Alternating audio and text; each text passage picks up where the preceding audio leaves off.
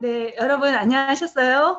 한 주간도 잘 지내셨죠? 날씨가 휴스턴은 많이 추워졌는데 예, 건강하게 잘 보내셨으면 좋겠습니다. 네, 이 자리에 피곤한 몸으로 이렇게 참석하신 모든 분들 고단한 하루 보내시고 하나님의 은혜를 사모해서 이 예배 자리에 참석하신 모든 분들을 주님의 사랑으로 축복합니다. 네, 오늘 말씀은요. 지난주에 이어서 계속 저희가 마태복음 큐티를 하고 있는데요. 마태복음 10장 말씀을 살펴보러 갑니다. 이 마태복음 10장은요. 예수님께서 제자들을 훈련하시고 그 다음에 선교 훈련처럼 파송하시는 그런 장면이거든요. 그래서 그 제자 파송장이라고 하는데요. 여러분 아이들을 키워보셨죠? 네, 키우고 계신 분들도 계시고 그런데요. 자녀를 학교에 처음 보내는 날 무슨 말을 하면서 보내셨는가요? 예, 어떤 말을 하면서 보낼 것 같으세요? 아직 보내보지 않으신 분들은? 네, 선생님 말씀 잘 들어라 혹은 수업 시간에 떠들지 말아라 이런 당부들을 하고 보내셨을 거예요. 네, 대학 가는 자식을 보내신 분들도 계시죠? 자녀들을 향해 어떤 말을 해주셨어요? 혹은 만약에 연세가 더 드신 분은 아마 자녀들을 결혼시킨 적도 있으신 분들이 혹시 있을지 모르겠는데요. 타주로 시집을 보낸다면 만약에 여러분들이 어떤 말을 하겠어요? 자식을 멀리 보낼 때 어떤 당부의 말을 할까요? 부모로서 각각의 상황에 따라 적절한 당부와 교훈을 줄 거예요. 오늘 말씀은 예수님께서 12제자를 부르신 후에 사도로 임명하시고 각 마을로 보내시면서 당부하신 교훈의 말씀이세요. 그래서 처음에 제가 말씀드린 것처럼 마태복음 10장은 제자 파송장이라고 해요. 제자를 예수님께서 부르신 때는요. 예수님이 공생애를 시작하신 후 1년 정도 뒤인 AD 28년 초에 이렇게 공생애를 시작하셨어요. 그리고 제자들을 파송하실 때는 AD 28년 말쯤이에요. 따라서 이 시간적인 간격이 6개월에서부터 1년 정도 있었죠.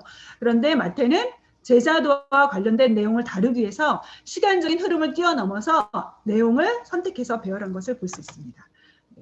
이 본문의 내용 말씀은요, 사실은 제가 대학 때 이 말씀을 이제 공부할 때 적이 있었는데요. 한 시간 반 정도 이 10장을 배웠어요. 그런데 이 내용은 사실은 하나의 그 예수님이 주신 그 메시지거든요. 연결된 메시지, 1절부터 마지막 절까지. 그런데 저희가 시간이 되지 않아서 오늘은 간단하게 1절부터 8절까지만 보도록 하겠습니다. 1절부터 4절 먼저 보면요. 12사도를 부르시며 권능을 부여하신 예수님. 그리고 5절부터 39절은요. 예수님께서 사도들을 파송하시면서 주신 교훈들로서 본론에 해당돼요. 그리고 그 뒤에 말씀은 제자들을 영접하는 사람들이 받을 상급에 대해서 말씀하고 있습니다. 12사도를 부르시면서 먼저 예수님이 권능을 부여하시죠. 1절부터 4절을 말씀 보면 그렇게 나오고 있어요. 예수님은 밤이 맞도록 기도하신 후에 제자들을 선택하셨어요. 그리고 특별히 12명의 제자들을 향해서 사도라고 말씀하시거든요. 그리고 그들과 함께 있으면서 훈련하신 후 파송하세요. 오늘의 말씀은 중간 파송의 단계예요. 예수님께서 부활하신 후 승천하실 때 마태복음 28장에 보면 모든 민족을 향해 나가도록 분부하시죠. 그 말씀은 최종적인 파송에 해당되죠. 그 5절부터 11절 말씀은요. 전도의 방법과 관련된 예수님의 지시예요. 그래서 특별히 전도 대상에 대해서 선정해 주시고 그 다음에 전파해야 될 메시지의 내용이 나옵니다. 그리고 그들이 해야 될 사역의 내용을 다루고 계시는데요. 병든 자를 고치는 치유 사역, 이 육체의 병을 치유하는 것은 육체의 회복을 이야기를 하죠. 귀신을 쫓아내는 축사 사역, 영적인 회복을 의미하고요. 그 다음에 죽은 자를 살리는 사역, 존재적인 어떤 회복을 행하도록 예수님이 말씀하고 계세요. 제자들이 예수님의 이름으로 행하는 그 치유와 회복을 통해서 하나님의 통치를 이 땅 가운데 드러내라는 의미를 담고 있습니다. 그 다음에 9절부터 10절은 전도자의 소유의 문제에 대해서 말씀하시는데요. 여러분 큐티 하신 분들은 기억나실 거예요. 금과 은 보화를 가지고 가지 말라. 그리고 옷도 가지고 가지 말고 그런 여러 가지 소유에 대한 문제를 말씀하시는데 그 메시지 핵심은 하나님만을 전적으로 의지하라라는 것을 가르쳐 주시는 거죠. 그 다음에 거처할 곳에 대해서도 염려하지 말아라. 너희를 받아들이는 합당한 자를 찾아내서 그곳에서 머물고 평안을 빌어라. 그리고 영접하지 않는 곳에서는 발의 먼지를 떨어버리고 나가라. 그렇게 말씀하고 계세요. 그 다음에 아마 우리가 아이들을 한국 같으면 초등학교 보내고 나서 여러 가지 당부를 할 거예요. 집에 오는 길에 어떤 사람이 너희한테 말을 걸어도 말하지 말고 그 사람 따라가면 절대 안 돼. 이런 얘기를 할지도 모르겠어요. 근데 바로 예수님은 이제 제자들에게 그들이 보냄을 받은 세상은 어떠한지 그 세상에 대해서 준비시키고 계세요. 세상은 너희가 가서 복음을 전해야 될 그 세상은 마치 이리떼들이 우글거리는 곳과 같아. 그래서 그 이리떼 가운데 보내는 양과 같은 너희를 향해서 내가 너에게 말하는데 뱀 같은 지혜가 필요하고 비둘기 같은 순결함이 필요하다라고 말씀하고 계시죠. 그리고 또 세상에서는 너희를 박해할 거야. 때로는 매질하고 때로는 체포하고 그렇게 너에게 핍박을 가할 텐데 너희는 걱정하지 말아라. 염려하지 말아라. 복음이 증거되는 기회로 하나님께 사용하실 것이다. 그리고 너희가 무엇을 말해야 될지 걱정하지 말아라. 성령께서 친히 말할 것을 주실 것이다. 라고 말씀하고 계세요. 그리고 심지어 가족들의 박해도 있을 거야. 그래서 모든 사람들이 너희를 미워하게 될 텐데 그렇지만 그 박해를 당하면 다른 동네로 피하고 끝까지 견뎌라. 견디는 자는 구원을 얻게 될 것이다. 라고 격려하고 계십니다. 그리고 그들의 마음에 있는 두려움에 대해서 그들이 너희를 박해하고 육체적으로 고통을 가할 수는 있지만 때로는 너희 몸을 해하면서 죽음을 가할 수 있지만 그러나 두려워하지 말아라. 정말 너희가 두려워해야 될 분은 하나님이시다. 몸과 영혼을 멸하실 수 있는 그 하나님만을 두려워하라. 아주 싼 값에 팔리는 참새도 하나님의 주권 하에서 살고 죽는다. 너희는 참새보다 훨씬 귀한 존재들이다. 하나님께서 제자들을 돌보시고 지켜주실 것이기 때문에 두려워하지 말라고 말씀하십니다. 그리고 그들이 사람들 앞에서 주님을 시인하고 그리고 주님을 인정한다면 주님도 그들을 시인할 것이고 그리고 그들이 주님을 부인한다면 주님도 그들을 부인하실 것이다 하면서 그들에게 이제 격려와 경고와 그런 힘을 주시는 메시지를 전하고 계세요. 마지막 부분은요, 제자도에 대한 부분 말씀을 하고 계십니다. 그래서 예수님은 그 공생애를 세례요한에게 세례를 받으신 후 시작하셨죠. 마태복음 4장 23절, 마태복음 9장 35절은요. 굉장히 중요한 구절이에요. 예수님께서 어떤 사역을 행하셨는지를 보여주는데요. 반복적으로 나타나고 있어요. 그래서 이 두 말씀은 거의 같은 사역을 이야기하는데요. 예, 그 9장 35절 말씀 읽어볼까요? 예수께서 모든 도시와 마을에 두루 다니사 그들의 회당에서 가르치시며 천국 복음을 전파하시며 모든 병과 모든 약한 것을 고치시니라. 네, 거의 두 구절에서 같은 그 사역에 대해서 말씀하고 있는데요. 네, 계속 반복이 될 거예요. 예수님께서 이 땅에서 행하셨던 사역은 가르치는 사역, 그리고 복음을 전파하는 사역, 그리고 모든 병과 약한 것을 고치는 그 섬김의 사역이었다는 거죠. 병든 몸을 이끌고 고침을 받고자 찾아오는 사람들, 때로는 배고픔 속에서 떡을 구하면서 예수님을 향해 나온 사람들이 있었죠. 각종 다양한 아픔과 고통 속에서 주님을 찾아오는 수많은 무리들을 보시면서 예수님은 긍휼의 마음을 가지셨어요. 예수님의 사역의 동기이기도 하죠. 무리를 보시고 불쌍히 여기시니 이는 그들이 목자 없는 양과 같이 고생하며 기진함이라. 예수님께서 이 예수님을 찾아오는 수많은 무리들을 보시면서 이 안타까운 마음을 가지고 사역을 하셨죠. 그리고 그들을 향해서 이제 제자들을 내보내십니다. 그리고 무리들 속에서 12명을 따로 세우셨는데요. 그 구별해서 그 세우신 12명, 그들을 사도라고 부르죠. 네, 그럼 사도란 뜻은 무슨 뜻일까요? 네, 헬라어로는요, 아포스톨로스란 단어예요. 그 의미는 보냄을 받은 자란 뜻입니다. 주인의 메시지를 가진 사신, 정권 대사, 예, 그 엠베서더 대사 같은 사람들을 의미하는 거죠. 예수님께서는 제자들을 보내실 때에 예수님으로부터 전권을 위임받아서 복음 전파를 위해 파송된 그 제자를 삼으신 거죠. 그래서 사도들은 예수님께서 이 땅에 오신 그 목적, 구속의 사역이죠. 궁극적인 목적, 최종적인 목적은 구속 사역이죠. 가장 중심 사역. 그 구속 사역을 완수하신 후에 다시 하늘나라로 돌아가시죠. 그렇죠? 승천하시죠. 그 이후에 제자들은 예수님께서 하셨던 그 사역을 지상에서 계속 이어가기 위해서, 계승하기 위해서 구별하여 세우신 사람들이에요. 사도들을 세우신 목적은 주님께서 맡기신 사명을 감당하도록 보내기 위해서 부르신 자들이에요. 예수님께서 제자들을 부르신 이유는 세상으로 보내기 위한 것이었어요. 성도들을 불러주신 목적도 세상 속으로 보내기 위함이에요.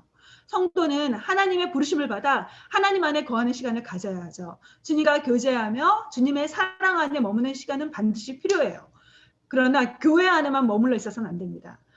세상 밖으로 파송받아 교회에서 세상으로 파송받아 복음을 전하며 섬기도록 부르셨기 때문이죠. 성도는 세상으로부터 부르심을 받았어요. 그리고 주님과 함께한 이후에 훈련받은 이후에 세상으로 다시 돌아가야 될 사람들입니다. 성도들이 함께 모여서 예배드리고 사랑을 나눌 때에 기쁨이 있죠. 여러분 예배드림이 기쁨이 있죠. 그리고 말씀을 나누고 함께 기도할 때 큰 위로와 격려가 있습니다. 세상에서 얻을 수 없는 그런 하늘의 기쁨, 은혜가 있죠. 그런데요, 하나님은 우리끼리만 모여있는 것을 원치 않으세요. 그리스도인의 사랑의 교제를 통해서 힘을 얻고 우리는 세상 가운데로 나가 그들에게 그리스도를 전하며 섬기를 원하세요. 세상 속으로 가서 세상을 변화시키는 사명을 가진 공동체가 교회죠. 그런데요, 나가기 전에 먼저 우리는 모여야 돼요. 모여서 하나님 안에 온전히 거하는 시간을 가져야 됩니다. 예배하는 시간, 주님과 교제하는 시간, 또 그리스도인끼리 함께 사랑을 나누는 시간. 이것이 없으면요, 세상 속의 사명을 감당할 수 없어요. 성경에서는 말씀하고 있죠. 서로 돌아보고 모이기를 힘쓰라고. 모이는 것이 첫 번째죠. 그런데 모이기만 하면 안 되죠. 모인 다음에는 세상 속으로 흩어져서 나가서 하나님 맡겨주신 사명을 감당해야 되는 것. 그게 바로 그리스도인에게 주신 사명입니다. 교회가 갖고 있는 기능입니다. 베드로도 변화산에서 예수님이 모세와 엘리야와 함께 영광스러운 모습으로 변형된 그 모습을 보았죠. 그러면서 그곳에 계속 있고 싶다고 이야기를 했어요. 여러분 잘 아시죠? 여기 있는 것이 좋사오니. 주님의 영광을 바라보고 우리도 그렇잖아요. 말씀 듣고 예배드리고 또 함께 기도할 때 기쁨이 있죠. 너무 좋죠. 그런데 베드로도 그랬죠. 그래서 그곳에다가 초막셋을 짓고 여기 머물러 살자고 예수님께 말했어요. 그러나 주님께서는 말씀하시죠. 산 아래에 마을로 내려가자고 하셨습니다. 그리스도인은 세상과 분리된 삶을 사는 자들이 아니에요. 다른 종교는 산에 절을 짓고 또 사원을 짓고 살죠. 그런데 그리스도인은 그렇게 세상과 따로 별개로 격리된 채 분리된 채 사는 사람들이 아닙니다. 오히려 주님과 함께 머물기 위해서 세상 속에 나와 있는 시간 필요하지만 그 이유는 세상 속으로 다시 파송받아 들어가야 되는 자들이죠. 성도는 교회로 모여서 한 지체임을 확인하고 주님의 은혜로 채워진 후에는 세상 속으로 다시 가서 복음을 전하며 섬겨야 할 사명을 가진 자들이죠. 그리고 또한 우리가 두 번째로 생각해 볼 건요. 예수님께서 제자들을 보내시면서 하신 말씀. 천국 복음을 전파하고 병든 자를 고치고 죽은 자를 살리고 나병 환자를 깨끗하게 하며 귀신을 쫓아내는 사역을 하도록 지시하셨어요. 제자들에게 지시하신 이 사역의 내용은요. 하나님의 아들이시며 구원자 되신 전능하신 예수님이 친히 행하신 사역이었죠. 이러한 일들을 제자들이 어떻게 감당할 수 있을까요? 혹시 감당할 수 없는 것을 예수님은 명령하신 것 아닐까요? 우리한테 그런 말씀을 하셨다면 여러분 어떤 생각이 드세요? 아니 예수님 왜 그런 말씀 하실까? 나는 할 수 없는데 그런 생각이 들지도 몰라요. 예수님께서 제자들을 부르셔서 그들과 함께 하시며 훈련시키신 후에 파송하셨어요. 그리고 제자들을 보내시기 전에 권능을 부여하셨습니다. 제자들이 보내심을 받아 복음을 전하며 예수님이 하셨던 바로 그 사역을 감당할 수 있었던 원천은 예수님께서 보내시기 전에 맡겨주신 모든 일들을 감당할 수 있도록 권능을 부어주셨기 때문이죠. 그래서 제자들은 그 많은 일들을 감당할 수 있었죠. 사실 여러분 이 제자들 한 명 한 명을 자세히 살펴보세요. 이들을 보면은요 대부분의 제자들은 특별한 경력도 없었고요. 대단한 지식을 소유한 사람들도 아니었어요. 여러분 잘 아시다시피 베드로, 안드레, 야고보, 요한 다 어부들이었죠. 그리고 이 마태복음을 기록한 그 마태도 세리였죠. 그래서 사실상 내세울 만한 것들이 별로 없는 평범하고 때로는 흠도 많은 사람들이었어요. 다혈질 같은 그런 기질을 가지고 분노하고 화를 내고 그랬죠. 제자들이. 그래서 예수님께서 권능을 부여하지 않았다면 맡겨주신 그 미션들을 잘 감당할 만한 자질을 소유하지 못했던 사람들이었어요. 물론 초기 교회의 지도자로서의 그 역량을 발휘할 만한 위인들도 되지 못했어요. 그런데 예수님께서 제자들에게 권능을 주셨기 때문에 이들은 엄청난 일을 행했죠. 그러면 예수님께서 주신 이 권능이란 무엇인지 먼저 살펴보았으면 좋겠습니다. 이 권능이란 단어는요, 엑스시아라는 헬라어예요. 어떤 속박으로부터 벗어나서 원하는 대로 자유롭게 행할 수 있는 자유로운 선택권, 그런 권리를 가리키고요. 또 다른 의미는 육체적이면서 정신적인 특별한 힘과 능력을 뜻해요. 근데 이 성경에 보면은요, 능력이란 또 다른 단어가 있어요. 능력이란 단어는 두나미스란 단어죠. 예, 이 두나미스가 바로 그 유명한 다이너마이트의 그가 나온 단어의 그 원어거든요. 그 강력한 힘을 의미하는데요. 그 엑소시아, 이 엑소시아는 권능을 의미하죠. 이 두 단어의 차이가 뭐냐면요. 두나미스는 자기 자신으로부터 나오는 힘을 의미해요. 반면에 엑소시아는 자기의 내부에서 나오는 능력이 아니라 외부에서 부여된 능력을 강조하는 단어예요. 그래서 제자들이 가졌던 능력은 어떤 것이었냐면 자기 자신의 고유한 능력이 아니라 스스로의 그 잘남에 의해서 스스로가 가진 재능이나 재간이나 지혜가 아니라 최고의 권위자이신 예수님으로부터 부여된 능력을 통해 사명을 감당할 수 있었음을 보여주고 있습니다. 우리가 성경에서 그 선지자 중에 가장 능력을 많이 행한 선지자 하면 떠오르는 선지자가 있죠. 예, 엘리야죠. 엘리야는 불의 선지자라고 하죠. 그가 기도하니까 하늘에서 불이 내려서 재물을 태웠죠. 그리고 그가 기도했을 때 하늘이 닫히고 비가 내리지 않았고 또 다시 그가 기도하자 하늘에서 비가 내리기 시작했던 정말 많은 능력, 기적을 행했던 그 대표적인 선지자죠. 그런데요, 엘리야도 우리 오른편 그림에 나오는 것처럼 그가 너무나 두려워서 하나님 앞에 자기의 생명을 데려가 달라고 할 만큼 그렇게 연약함이 있었던 사람이에요. 그런데 어떻게 그가 그런 많은 일들을 행할 수 있었을까요? 그 자신의 능력이 아니었다라는 거예요. 하나님이 그에게 그 시대적인 사명을 감당하도록 가장 악한 왕, 아합 왕의 시대에 하나님의 살아계심을 보여줘야 했기 때문에 그에게 하나님 능력을 보여주셨고 그래서 그 능력으로 사명을 감당했던 거죠. 네, 그 가장 탁월한 리더십 하면 모세죠. 예, 모세의 영적인 리더십 역시 200만 명의 사람들을 광야에서 이끌기 위해서 하나님께서 부여하신 능력이었어요. 그가 80세의 나이에 이스라엘 백성을 애굽으로부터 이끌어 나오도록 하나님의 부르심을 받았죠. 모세는 그 부르심을 듣고 뭐라고 대답했냐면요. 이렇게 말하죠. 내가 무엇이간데 바로에게 갑니까? 내가 무엇이간데 그 일을 할 수 있습니까? 하면서 거듭 자신의 부족함과 미약함을 고백했어요. 즉 모세의 능력은 자기 자신에게서부터 나온 것이 아니라 그를 부르시고 사명을 맡겨주신 하나님으로부터 나왔다는 것이죠. 예수님의 그 제자들에게 예수님께서 증인의 사명을 감당하도록 명령하시면서 당부하신 말씀이 있어요. 그 사도행전 1장 8절에 보면 나오죠. 예루살렘은 떠나지 말고 약속하신 성령을 받으라. 약속하신 성령을 받기까지 기다려라. 기도하라고 하신 거죠. 그래서 사도행전 1장 8절에 말하고 있죠. 오직 성령이 너에게 임하시면 권능을 받아서 증인이 되라고 하셨습니다. 그래서 성령의 권능을 받아야지만 증인으로서의 사명을 감당할 수 있게 예수님은 먼저 성령으로 권능을 받도록 명령하셨죠. 초대교회의 지도자였던 베드로 잘 아시죠? 예수님의 이름으로 태어날 때부터 못 걷는 자를 걷게 했습니다. 베드로와 요한이 그 사도행전 3장에 보면 나오죠. 성전에 기도하러 가다가 그 문 앞에서 구걸하는 한 사람인 병자를 고쳐주는 사건이 나오죠. 또 베드로가 행했던 많은 기적 중에 루다에 사는 여제자 애니아가 중풍병으로 8년째 병상에 누워 있었어요. 베드로는 이 여인을 회복시켜주죠. 또 요빠라는 곳에서 다비다라는 여제자가 병들어 죽었는데 베드로가 기도하여 살아나게 하죠.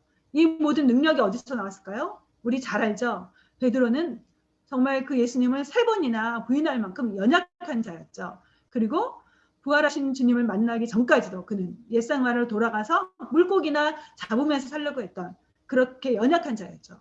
그러나 주님의 능력으로 말미암아 부활하신 예수님을 만나고 성령의 능력을 받아서 이런 일들을 행할 수 있었던 거죠.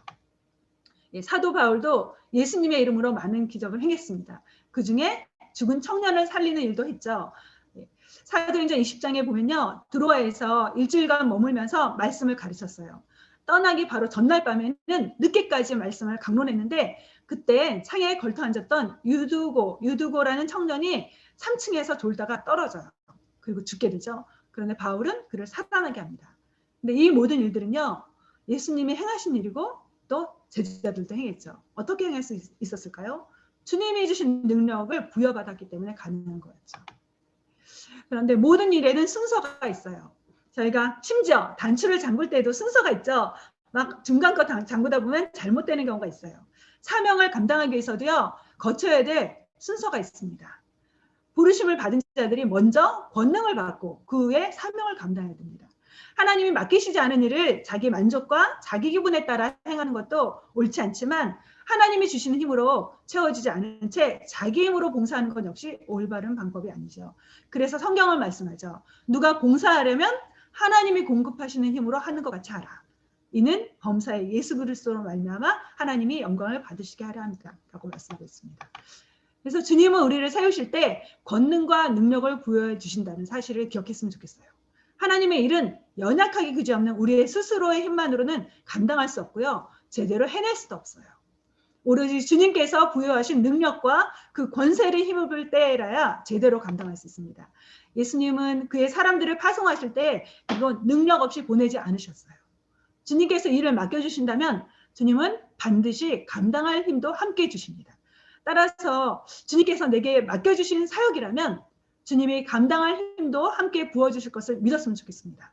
제자들을 사역지로 보내시기 전에 주께서 먼저 능력으로 채워주셨음을 기억하면서 저희도 하나님이 맡겨주신 사역이라면 두려워하지 말고 염려하지 말고 주님의 능력을 구하면서 그 일들을 감당할 수 있었으면 좋겠어요. 여러분을 통해서 일하시는 하나님의 능력을 아직 맛보지 못했습니까? 아직 나는 너무 능력이 없는 것 같다는 그런 생각이 많이 드세요? 그렇다면요, 이제부터 정말 간절하게 기도할 수 있었으면 좋겠어요. 주님의 권능을 우리에게 부어주시도록, 나에게 주님의 능력을 부어주시도록, 주님의 일을 감당하고 싶습니다. 하나님 제게 일을 맡겨주셨사오니 하나님 감당할 힘을 제게 허락하여 주시옵소서. 그렇게 우리가 간절히 기도할 수 있었으면 좋겠습니다. 요한복음에서 말씀하시죠. 지금까지는 너희가 내 이름으로 구하지 아니하였으나 구하라. 그리하면 받으리니 너희 기쁨이 충만하리라. 하나님은 구하는 자에게 응답하셔서 그 응답을 통해서 기쁨을 누리게 하시는 분이세요. 너희가 악한 자라도 자식에게 좋은 것을 줄 줄 알거든. 하물며 하늘에 계신 너희 아버지께서 구하는 자에게 성령을 주시지 않겠느냐. 하나님은 약속하셨어요. 구하는 자에게 성령을 부어주시겠다고. 우리가 간절한 마음으로 성령의 충만함 그리고 하나님의 능력을 구해서 능력 있는 그리스도인으로 하나님의 일들을 감당할 수 있기를 원합니다. 그리고 내가 이미 내게 주님의 그 능력이 임했고 그래서 주님의 도구로 쓰임받고 있다면 감사하면서 모든 영광을 주님께 돌려드리는 삶을 살기를 원합니다. 네. 두 번째 우리가 생각해 볼 내용은요. 예수님께서 제자들을 보내시면서 그들이 전도해야 될 대상을 지정해 주시죠. 5절과 6절에 나옵니다. 같이 읽어보도록 하겠습니다. 예수께서 이 12를 내보내시며 명하여 이르시되 이방인들의 길로도 가지 말고 사마리아인의 고을에도 들어가지 말고 오히려 이스라엘 집에 잃어버린 양에게로 가라. 예수님은 12사도를 보내시면서 그들이 가야 될 곳을 정확하게 알려주시죠. 이스라엘 집에 잃어버린 양에게로 향하라. 예수님이 왜 이렇게 사마리아인에게도 가지 말고 이방인에게도 가지 말라고 하셨을까요? 하나님은 모든 사람을 사랑하시고 예수님도 모든 민족에 가서 복음을 전하라고 마지막 28장에서 말씀하시는데 왜 여기에서는 그렇게 말씀하셨을까요? 네, 첫 번째는요. 예수님은 제자들에게 사역의 우선순위를 알려주신 거예요. 제자들인 이후에 28장에서는요. 모든 민족을 향해 나가도록 명령을 받았죠. 그런데 현재 주신 명령은요. 제자들이 훈련 과정 속에서 받는 명령이죠. 그러니까 제자들이 훈련 과정 속에서 중간 단계 파송을 받고 있어요. 저희가 지금 적용한다면 선교훈련 같은 거죠. 선교사로 가기 전에 선교훈련 그런 개념으로 훈련 과정 속에서 주신 건데요. 그들이 있는 곳에서부터 멀지 않은 곳, 가까운 곳에서부터 전도 사역을 시작하도록 지역을 선정해 주신 거예요. 그리고 또 제자들 향해서 사도행전 1장 8절을 보면요. 이런 순서적인 개념이 나오고 있죠. 예루살렘과 온 유대와 사마리아와 땅끝까지. 제자들이 지금 현재 머문 곳이 어디죠? 예루살렘이에요. 그들이 머문 곳, 그리고 그들이 머문 곳에서 좀 더 넓혀진 지경, 유대 땅이죠. 그리고 더 넓은 땅, 사마리아 땅이죠. 그리고 주님은 모든 민족에게까지 나가기 원하시죠. 물론 오늘날은 꼭 이곳 먼저 하고 하라는 의미는 아니에요. 그러나 이 상태에서는요, 주님이 우리에게 먼저 우리가 속한 곳에서부터 사역을 시작하고 확장해 나가길 원하셨다는 걸 볼 수 있습니다. 두 번째 이유, 예수님께서 왜 이스라엘에게 먼저 나가길 원하셨는가? 그거는 로마서를 보면 알 수 있는데요. 하나님의 구원 계획, 온 인류를 향한 구원 계획과 연결이 되고 있어요. 조금 어려운 개념인데요. 간단하게 하고 넘어갈게요. 하나님의 구원 계획은 이스라엘을 향한 하나님의 계획이고요. 그 다음에 모든 민족을 향한 계획이 있는데, 하나님은 그 구원의 역사가 이스라엘의 남은 자들로부터 시작되어서 이방 세계로까지 확장되길 원하셨어요. 왜 그러셨을까? 첫 번째, 유대인들은요, 하나님의 언약의 백성이기 때문이에요. 아브라함과 하나님은 언약을 맺으셨잖아요. 하나님은 아브라함을 통해서 이스라엘 민족을 이루게 하셨고 선택받은 민족으로 삼으셨어요. 그래서 그 하나님과 언약이 있기 때문에 그들에게 먼저 복음을 전하길 원하셨던 거죠. 또 하나는 이스라엘 민족은 하나님의 계시를 받은 민족이죠. 네, 십계명과 말씀과 그 계시를 맡은 자들이기 때문에 그들에게 먼저 복음을 전하고 그리고 이방을 향해서 나가길 원하셨던 겁니다. 그러면서 예수님께서 또 한 가지 잃어버린 양에게로 갈 것을 명령하셨죠. 하나님을 떠나서 길을 잃어버린 양, 방황하면서 헤매이는 양들을 향해 찾아가라는 것이죠. 방황하는 양들은요, 스스로 길을 찾지 못해요. 양의 특성이 뭐냐면요, 양들은 멀리 보지를 못해요. 아주 가까운 곳만 볼 수가 있어요. 근시안의 특징이 있거든요. 그래서 양들은요, 길을 잃으면 스스로 길을 찾지를 못합니다. 한번 길을 잃으면 돌아올 수가 없어요. 그래서 양들은 서로 함께 무리를 지어서 가죠. 서로 몸으로 부딪히면서 확인하면서 길을 잃지 않고 또 그 목자가 지팡이 같은 걸로 이렇게 두들기면서 다른 데로 가려고 하면 이렇게 길을 잡아주죠. 그래서 양은요, 스스로는 길을 잃어버리면 찾아오질 못해요. 그래서 예수님은 영적으로 길 잃은 그 방황하는 양들을 찾아 이 땅에까지 오신 분이세요. 잃어버린 그 양, 하나님의 양들인 우리를 찾아 오신 분이 바로 선한 목자 예수님이시죠. 이제 예수님은 우리에게 예수님을 대신해서 잃은 양을 찾아 나가길 원하십니다. 저희가 지난주에 오픈하우스를 했고요. 그리고 저희가 계속해서 이웃들에게, 주변의 사람들에게 예배의 자리를 권면하는 이유는 한 가지입니다. 한 영혼이라도 주님께로 돌아오게 하도록, 그리고 한 영혼이라도 방황하는 자리로 떨어지지 않도록. 그런데 저희의 그런 모습은요, 한 번의 그런 행사로 끝나면 안 돼요. 계속해서 우리의 삶 속에서 이루어져야 될 순종의 모습이에요. 하나님의 나라와 의를 구하는 삶의 방식은요, 믿지 않는 영혼들을 주님께로 인도하는 거예요. 우리 삶 속에서 하나님 중심의 삶은 개인 경건을 유지하는 것. 우리 말씀 보고 기도하고 큐티하고 예배하죠. 나의 경건, 개인의 경건을 위한 삶이죠. 그건 목적이 아니에요. 그거는 기초 작업이에요. 집을 지을 때 있어서 그 기초 작업을 계속하죠. 그리고 나서 뭘 하냐면요, 목적은 집을 짓는 거죠. 우리가 하나님이 원하시는 그 집을 짓는 사역은요, 영혼을 구원하고 그리고 선교하고 전도하고 봉사하는 거죠. 그런데 그것을 하기 위해서는요, 기초 작업, 하나님과의 경건의 생활, 말씀과 기도, 예배가 이루어져야지 그 일을 할 수 있는 거죠. 열매를 맺는 것은요, 기초가 제대로 돼야지 할 수 있잖아요. 그런데 맨날 땅만 파고 평생 땅만 파다 끝나면 되겠어요? 땅을 잘 고르고 그리고 기초 작업을 잘 한다면요, 집을 지어야 되고요. 그리고 열매를 맺어야 돼요. 그 열매는 영혼을 구원하는 것이죠. 봉사하는 거죠. 섬기는 거죠. 주님께서 우리에게 맡겨주신 많은 사명 중에 정말 우선적으로 우리가 기억해야 될 거는요, 복음을 전하는 거죠. 네, 성경을 말씀하고 있습니다. 네, 너는 말씀을 전파하라. 때를 얻든지 못 얻든지 항상 힘쓰라 라고 말씀하고 있습니다. 그리고 제자들이 예수님께서 들은 그 전해야 될 그 메시지는 뭐였냐면요, 천국 복음이었습니다. 너희가 가면서 전파하여 말하되 천국이 가까이 왔다 하고, 예수님께서도 천국 복음을 전파하셨죠. 그래서 제자들이 감당해야 하는 그 우선적인 사역은 복음 전파의 사역이었음을 보여주겠습니다. 그래서 오늘날의 교회도 바로 예수님이 행했던 그 사역을 감당해야 되는 거죠. 교회가 감당해야 될 중심적인 사역은 복음 전파 사역입니다. 여러 가지 봉사가 있을 수 있죠. 그리고 봉사가 무의미한 건 아니에요. 같이 행해야 되죠. 그러나 복음 전파가 그 어떤 것보다 우선적이어야 됩니다. 주님의 명령을 따라 그리고 복음을 전할 때 하나님께서는 우리에게 표적으로 능력도 행하게 하세요. 네, 성경은 말씀하고 있죠. 우리 마가복음 16장 말씀 같이 읽어볼까요? 또 이르시되 너희는 온 천하에 다니며 만민에게 복음을 전파하라. 믿는 자들에게는 이런 표적이 따르리니 곧 그들이 내 이름으로 귀신을 쫓아내며 새 방언을 말하며 뱀을 집어올리며 무슨 독을 마실지라도 해를 받지 아니하며 병든 사람에게 손을 얹은 즉 나으리라 하시니라. 이런 많은 능력은, 병든 자를 고치고 귀신을 쫓아내고 방언을 말하는 이 일들은 바로 복음을 전할 때 하나님이 바로 살아계신 분인 것을 드러내는 표적으로 능력을 행하게 하실 것이다 라는 말씀이죠. 예수님께서 부여하신 능력으로 제자들은 실제로 병든 자를 치유했어요. 그리고 귀신을 쫓아내는 사역을 했습니다. 오늘날에도 예수의 이름으로 이런 능력이 선교지에서 나타나고 있어요. 예수님이 부여하신 능력은요, 지금도 우리가 구하고 찾는다면 행해지는 그런 일들입니다. 마지막으로요, 그럼 복음을 전하는 자들의 자세에 대해서 말씀하는데요. 거저 받았으니 거저 주어라. 성도는 하나님의 은혜로 구원받은 자죠. 은혜로 하나님의 자녀가 되었고 은혜로 예수님의 제자로 부르심을 받아 믿음의 길을 걷게 됐습니다. 자격을 갖추어서 부르심 받은 것이 아니죠. 전적으로 하나님의 은혜에 의해서 하나님 나라의 백성, 시민이 되었습니다. 이제 하나님의 은혜를 입은 자는 어떤 자세로 살아가야 할까요? 거저받은 하나님의 은혜를 나누며 사는 것이죠.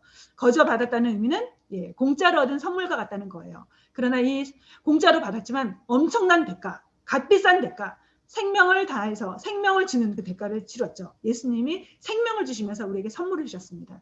이제 선물을 받았으니 우리에게 말씀하시죠. 너가 이제는 값없이 나누어 주라고 말씀하고 계십니다. 우리가 지닌 것들은 사실은요, 우리가 만들어낸 것이 아니고요. 그래서 우리 것이 아니에요. 하나님이 주신 거죠. 하나님의 일을 감당하면서 복음의 은혜와 권세가 나에게서 생겨난 것이 아니라 하나님이 주셨기 때문에 우리는 조건 없이 값을 따지지 말고 나누어 줘야 되는 거죠. 하나님의 방식은요, 가격표를 매기지 않아요. 세상에서의 방식은 give and take죠. 주고받는 관계예요. 그래서 누군가가 나한테 커다란 걸 줬으면요, 그걸 또 기다리고 기대해요. 그리고 그걸 되돌려주지 않으면 원망하고 미워하죠.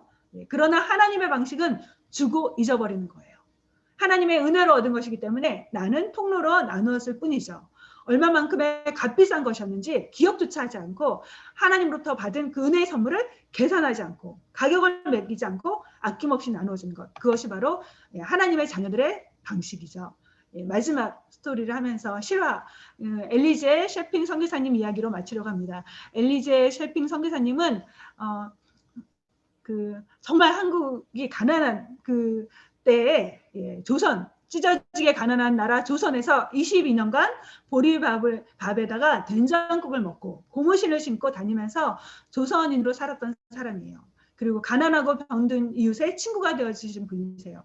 그분은 독일계 미국인으로 있다가 1912년에 32살의 나이에 독신으로 조선 땅을 밟게 됩니다. 간호 선교사로서 조선에 와서 그 끊임없이 병고에 시달리면서 그런 가운데서도 광주의 제중원을 중심으로 전라도와 제주도를 순회하면서 가난한 자들과 병자들을 돌보셨어요. 근데 영양실조와 과로, 풍토병으로 세상을 떠났습니다. 결국에는 젊은 나이에. 근데 그때 그녀에게 남겨진 유품은 뭐였냐면요. 담요 반장, 그리고 강냉이 가루 2호이 남겨졌대요. 그분의 삶은요. 한국에서 버려진 고아들을 14명 입양하시고 과부 38명을 돌보시고 나환자들을 죽기까지 섬겼던 그런 삶을 사셨어요. 그분이 돌아가시고 난 다음에 그분의 방에 그 책상 하나밖에 없었는데 그 책상 위에 쓰여있던 성경 말씀이 있어요. 그게 뭐냐면 거저 받았으니 거저 주라는 말씀이었어요. 지금도 인도에서는요, 코로나 사태로 인해 도시에 살던 사람들 수만 명이 고향으로 이동하고 있는데요. 사회활동이 거의 중단됐고 또 일거리도 없고 수입도 없기 때문이라고 해요. 하지만 고향에도 갈 수 없는 가난한 사람들은 속수무책으로 이 시간을 맞고 있다고 합니다. 이들을 위해서 BJ 쿠말 목사님이 음식을 들고 거리로 나섰어요. 음식을 나누어 주려는 이유는 단 한 가지예요. 예수님 때문이죠. 예수님으로부터 받은 돈 없이 값 없이 영원한 생명을 받았기 때문에, 그래서 정말 그 주님이 우리를 찾아오셨기 때문에 주님이 그 사랑을 기억하면서 이 목사님도 값없이 은혜를 베풀고자 나눔의 삶을 실천하고 있다고 합니다. 지금도 세계에서 수많은 선교사님들이 예수의 이름을 가지고 거저받은 은혜를 거저 나누는 삶을 살고 있어요.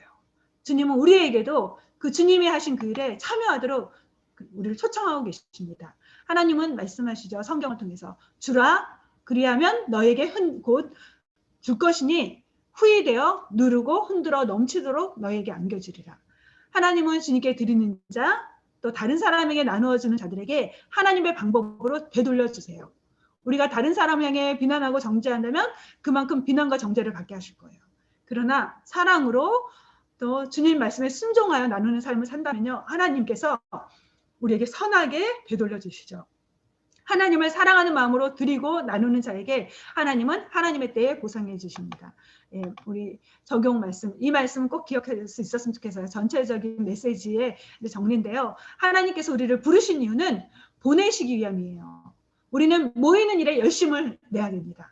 예배하는 일에 생명을 걸어야 돼요. 그리고 함께 기도하고 그 일을 해야 됩니다. 모이는 일을 패하면 안 돼요. 더 열심히 모여야 됩니다. 그러면서 동시에 잊어버리지 말아야 될 건요. 또 우리는 보냄을 받은 자라는 거죠. 흩어져서 사명을 감당해야 될 자들이에요. 함께 모여서 예배하면서 사랑을 나누고 그 이후에는 사랑과 선행을 격려한 다음에는 흩어져서 가족을 섬기고 이웃을 섬기고 고통받는 자들을 섬겨야 합니다. 지금 코로나 사태에서 하나님으로부터 마음이 떠나간 사람들이 있어요. 예배의 자리에 있지 않는 사람들이 있어요. 영혼이 피폐하고 황폐해지는 가운데 있는 사람들이 있습니다. 죄악 가운데 자신도 모르게 빠져들면서 그렇게 하나님 없어도 이제는 살 수 있다고 말하는 사람들이 생겨나고 있어요. 정말 가슴 아픈 일이죠. 너무나 가슴 아픈 일들이 일어나고 있습니다. 정말 저희가 지금 이때 일어나서 영적으로 깨어나서 우리의 영혼의 회복을 위해서 간구할 뿐만이 아니라 우리 주변의 사람들에게 함께 예배드리도록 강권하고 권면하고 기도하고 그렇게 우리가 그들을 향해서 주님이 맡겨주신 사명을 감당해야 될 때입니다. 그리고 우리가 사명을 감당할 때는요, 기억하세요. 하나님은 능력 없이 보내지 않으신다는 것. 하나님은 우리에게 능력을 부어주기 원하신다는 것. 구하는 자에게 성령을 부어주기 원하신다는 것. 그래서 우리가 능력 없이 봉사한다면 결국 지치기 마련이거든요. 하나님께서 우리에게 약속하신 성령으로 충만케 되도록 먼저 우리가 기도할 수 있었으면 좋겠어요. 이 저녁에 여러분 간절한 마음으로. 그리고 이번 한 주간 통해서도 성령 체험을 못했다면 한 달 동안 작정하고 기도하세요. 하나님 반드시 만나주시고 기름 부어주실 것입니다. 그리고 우리가 찾아가야 될 영혼들이 있습니다. 방황하고 길 잃은 영혼들을 향해서 우리는 나아가야 돼요. 그리고 우리의 자녀들을 향해서 기도하듯이 정말 애타는 마음으로 간절한 마음으로 주님이 찾으시는 그 심정으로 우리가 그 영혼들을 찾아가서 그리스도의 대사가 돼서 그들을 권면할 수 있었으면 좋겠습니다. 우리 자격이 없는 우리를 향해서 베푸신 하나님의 은혜를 기억하면서 우리가 이제는 나누어주는 그 그리스도의 거룩한 통로의 인생, 축복의 도구가 되는 그런 삶을 우리 모두가 살 수 있기를 바랍니다. 같이 기도하도록 하겠습니다.